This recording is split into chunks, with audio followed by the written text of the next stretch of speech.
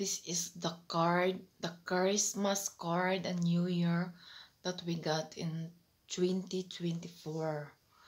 So from friends, families, classmates,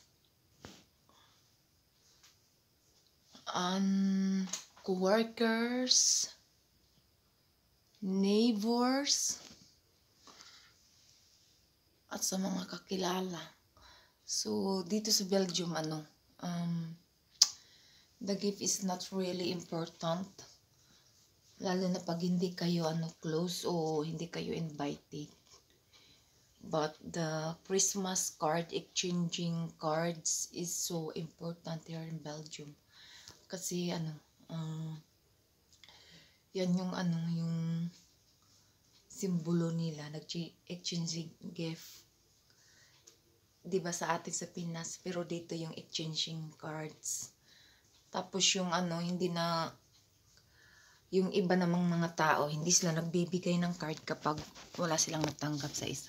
Kapag may nagbigay sa kanila ng card, ayan, binibigyan din nila. Para pantay ba? Hindi yung yung nagbibigay ka tapos walang kapalit na matanggap. So pag may nagbigay sa iyo ng card, kailangan magbigay ka rin sa kanya. Ganun lang yung nila dito. Tradition. Wala nang gastos sa regalo.